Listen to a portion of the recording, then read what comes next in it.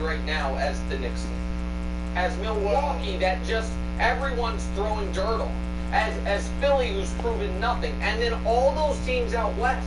Denver, losing KCP or not, Denver, I'm certain, feels like, once Jokic gets the telegram that they lost KCP, he's going to be like, man, we really left a championship left it out there. And the Minnesota, all those teams. Here's the difference. Because I think this year, Denver did suffer from the disease of war. Like, they clearly didn't look as hungry as a year ago. But when they won it, everybody praised them. Same with Milwaukee a few years ago. Everybody was, oh, here's Giannis. He's about to take over the league. Then the same with Jokic. Now, I think this team has enough doubters. I mean, Tatum's got tons of doubters, right? Still, like, well, we don't know how good he is. Is he the best player? Like, I agree with Wilds in that I think Tatum and Brown together will be better next year because of the confidence. But I also think they're going to be hungry. Because I do think they feel disrespected. Everybody, even though the numbers say they're one of the best teams ever, we're like, no way. And even their most ardent supporters outside of Boston are like, no, I'm not giving it. I don't care what the numbers say. And so I do, cakewalk through the East. Oh, next year here comes Embiid back. Here comes Giannis. They're going to be just as hungry. I think it's the same thing for Kansas City. They got something to prove, and I think it's the same thing for Boston. All right, the final topic of the... Been doing some family planning, which is the family decided they wanted $5 to $6 billion. So I think it's something because of this.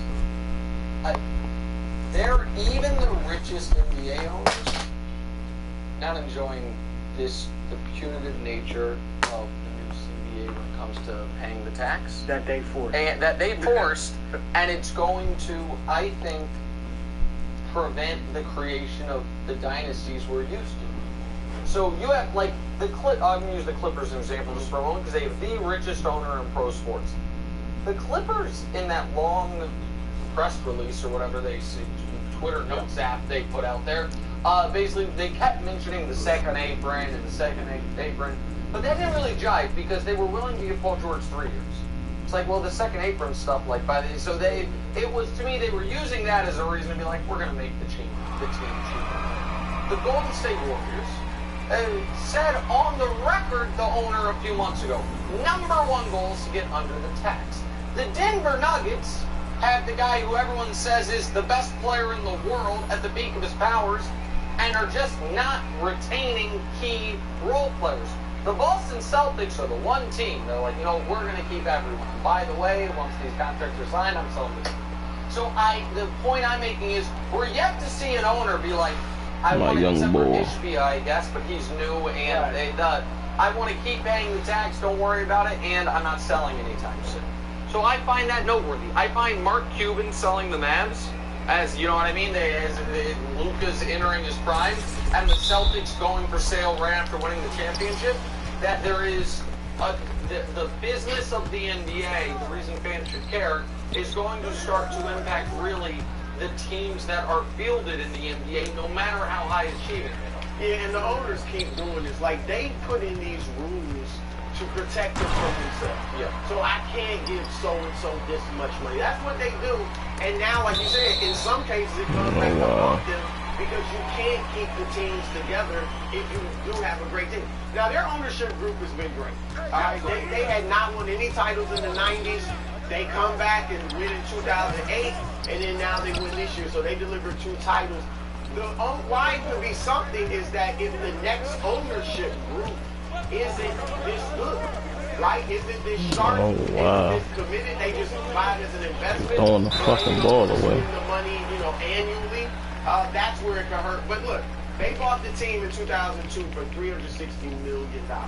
Now it's evaluated at 4.7. It's probably going to sell for more than that. So I can't blame them for they got their rings. They're setting the team up. They're leaving them in great position. And now we're out. We're going to cash out. And that's where you make your money is the appreciation of the franchise. So I don't blame you. Thanks for watching. Subscribe here to get more from the show and to check out clips from other shows on FS. Cool. If you've been waiting to apply for disability benefits, don't. Hi, I'm Sarah, and I'm a lawyer at Atticus. Live from New York, it's the show that's giving out promo. Where is boys at, man? No. We've been on Bad Boys 2. Somebody get down. We were just talking about Bad Boys 2. And the audience doesn't know we've already been on for an hour. We've been on for an hour. So I should have done the table bang the whole thing. Start again. Yeah. Drew in the Bad Boys. We were just talking about it. Was good. That was off camera. We're in for another installment of Where in the World is Aaron Rodgers? The answer is Egypt. Well, it Was in Egypt. I think he's back now. Oh, shoot. We'd have lost that Yeah, game. he's back. Oh, darn it. You get control for it. Connor Hughes reporting that Rodgers pieced together this trip during his Achilles recovery. He wanted something to look forward to. And that's why he's had no issue with this trip, and we're both surprised that those outside one Jets drive felt differently.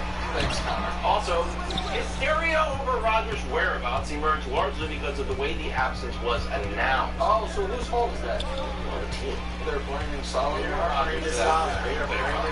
Shout. They were aware Shit of outta Rodgers' here. trip and understanding of why it was important to him.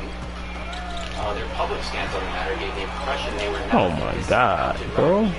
To me. So shame. Throughout the voluntary Who the hell you was giving that to? It's nearly perfect. Nearly perfect. I mean, this is so. I know you're upset. I mean, it's just. Read this shit, man. I don't think Robert Saleh is a very good coach. I'm on the record on that.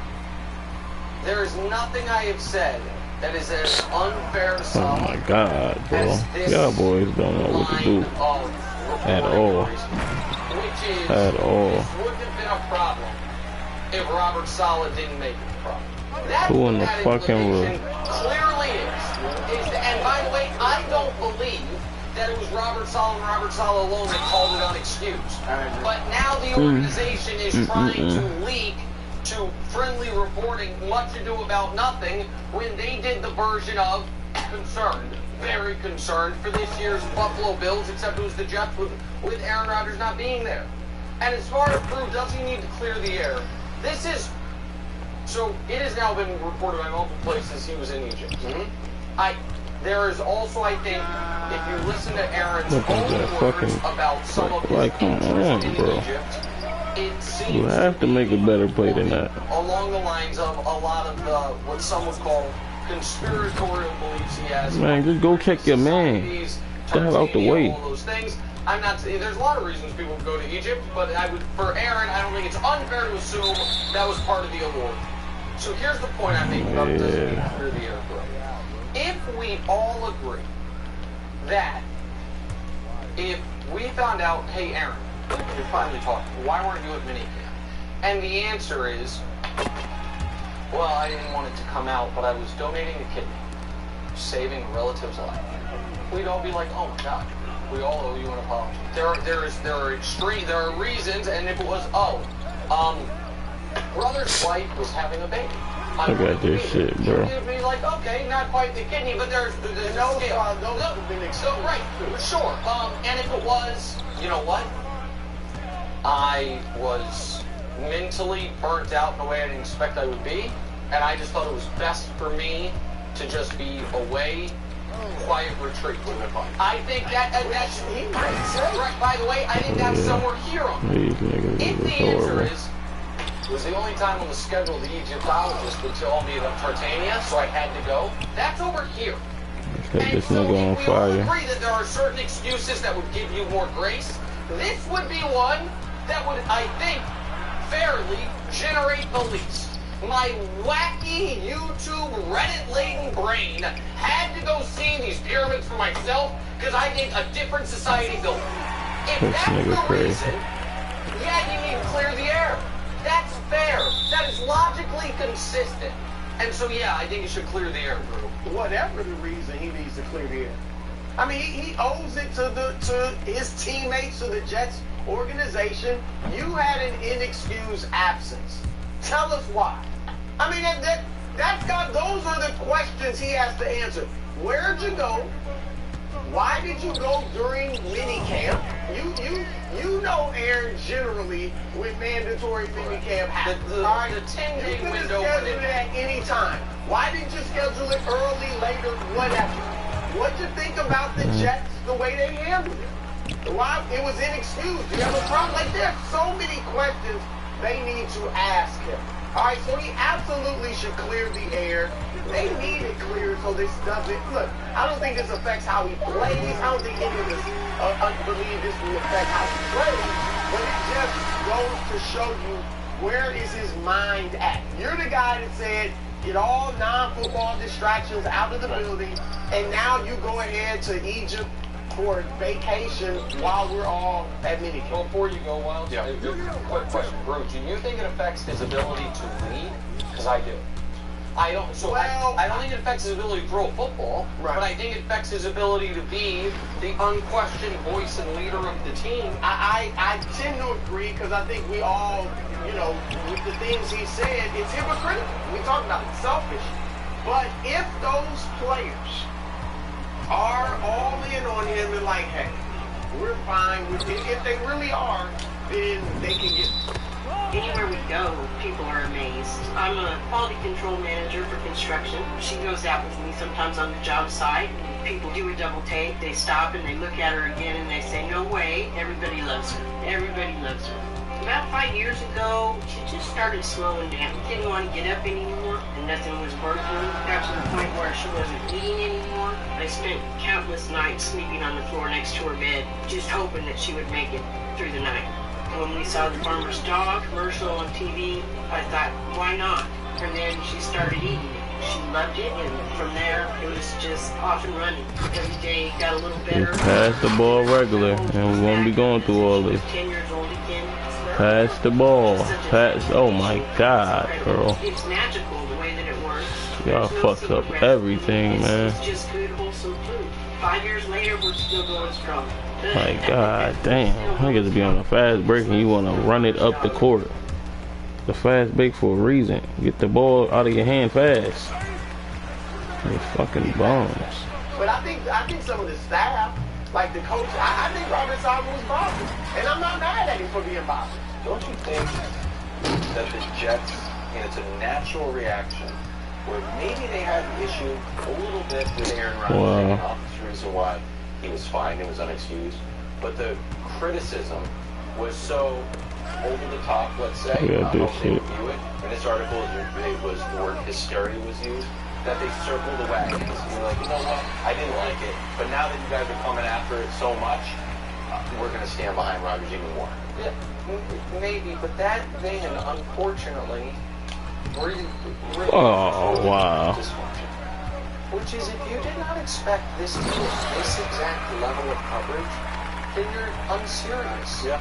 If you thought, it'll be a one-day story, then you don't know what you're doing. In New York? Then in New York, with one of, what is Rodgers, at worst? The 5th most famous player in the league? Sure. You know what I mean? Like, I feel like Mahomes and Kelsey, Kelsey gets the Taylor Swift stuff, Mahomes are in a separate area, but you could argue after those two, he's the most famous. And so, like, and it's the Jets, and he's certainly top 5 most polarizing, right or wrong, all of that, and to not anticipate that there would be hysteria, and by the way, I don't think there was hysteria.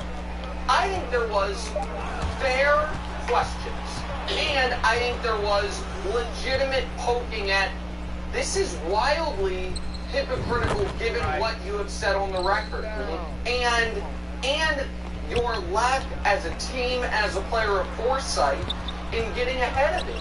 Because that's the other part of it, is all of this, right or wrong, is taken from the media differently. If on one of his first days of being at OTAs, Oh my God. basking in the The hell are you doing, man? This nigga is horrible, bro. You know what I mean? I thought it was really important to me. You ain't getting the ball no more from me, pink head. The other piece of it, I'm Ruth, done and with you. this is why I think he needs to clear the air, is Purple. Saleh made it Whatever clear fuck color that is, it's over. We also know sometimes we get lost in the flood of nonsense surrounding this team. His teammates did not. Tyrod Taylor took the field that day. Not What? only was And he he first should have team- let them know too. Of course. And that's where the question about, it's all about how they respond. If privately guys are like, man, come on. You chastising us and talking about getting distractions out of the building, and now you do this. How? Oh. Because publicly they're saying the right thing, that's fine. If privately they feel that way, that's a huge problem. And remember Woody Johnson when he tweeted out how Rodgers looks as good as ever when he's slinging it. Oh, yeah. So they are definitely in spin mode, and that's more important. No, he's out there like he's 26 years old. That's great. All right, so now we're going to talk about from the leader of the team to... Stats was horrible.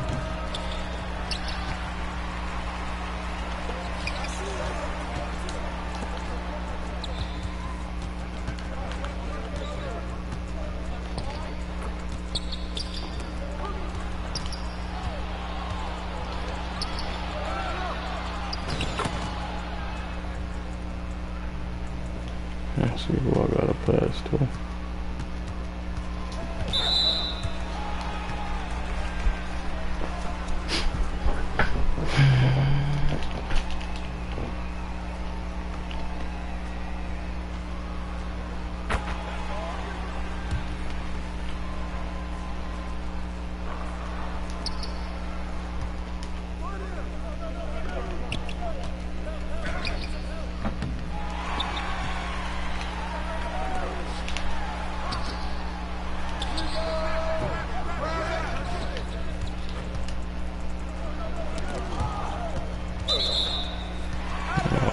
God, bro.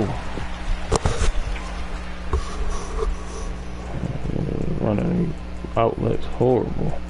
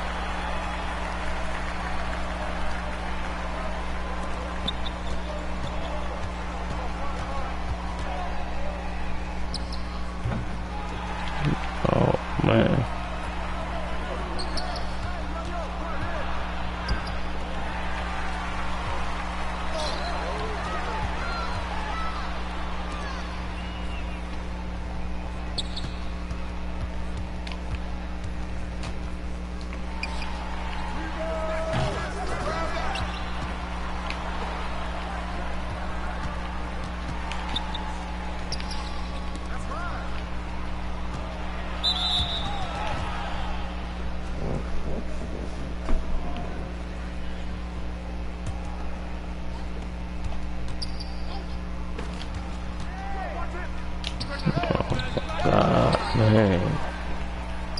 That's why we losing. This nigga is horrible. You just putting up everything for nothing.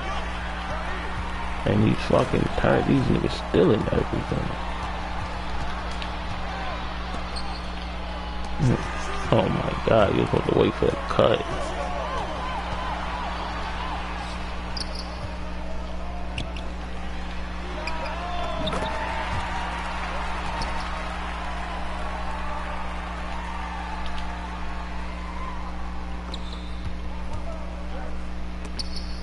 This nigga, oh my, you done too, fuck it. Whole game done fucking with you bombs, man.